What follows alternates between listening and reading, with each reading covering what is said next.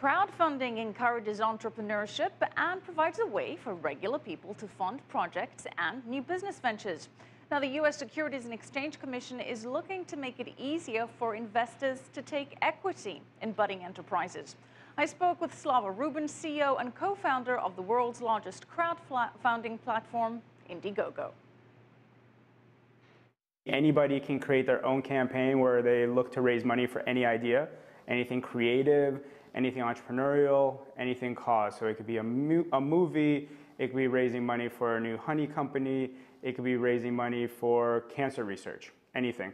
So you create a campaign on our website and then you launch with a set target. Let's say you want to raise $10,000 US and you reach out to your own network, they start funding you, and we help you to get more money than you ever could on your own. And you take a percentage of that. What is your business model?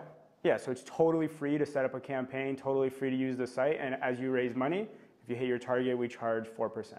And if you don't hit your target? So it depends if you have flexible funding or fixed funding, so we leave that up to the campaign owner. So fixed means you only get your money if you hit your target, so it's 4% if you hit your target, 0 if you don't, and all money is returned.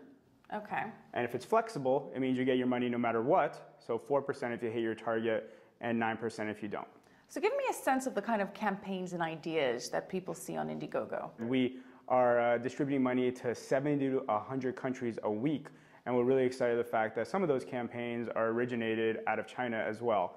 So a simple example would be Pixelist.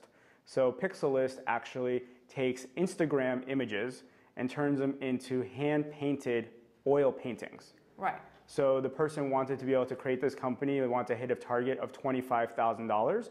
They were based out of China, and they were able to actually get the fully funded campaign, and people got all these amazing perks, these paintings in return. So at the moment, one cannot actually buy equity in any of these projects. The SEC has put forward new rules to change that.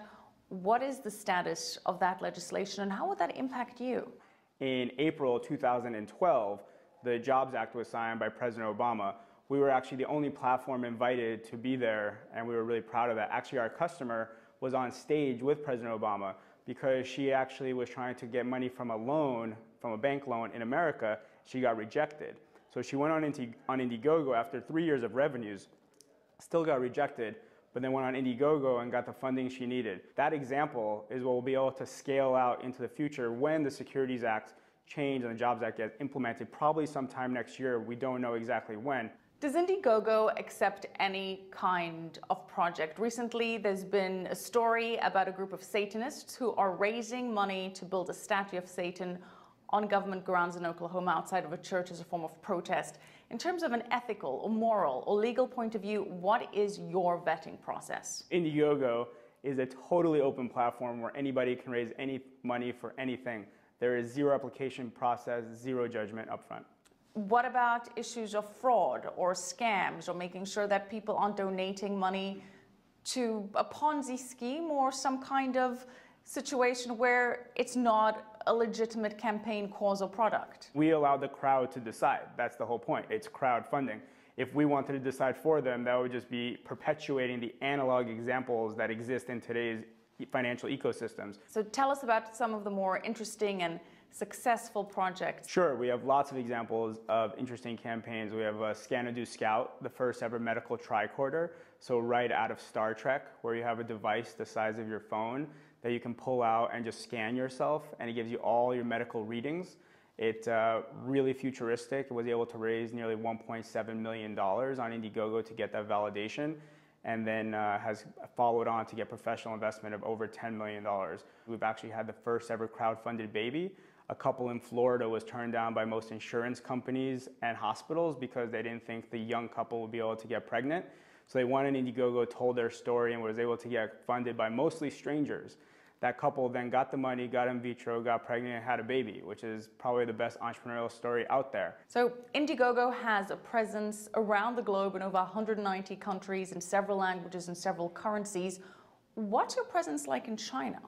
So in China, I would say we're still small, but really excited about the continued growth. We need to keep evolving as part of 2014 to add currencies and languages, for example, like Mandarin. Some interesting campaigns coming from China.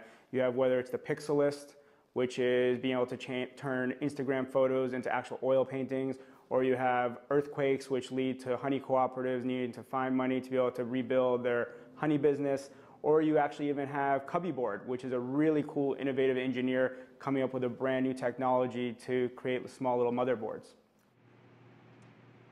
That was Slava Rubin, CEO and co-founder of Indiegogo, and he expects the U.S. government's final ruling on equity crowdfunding to come through next year.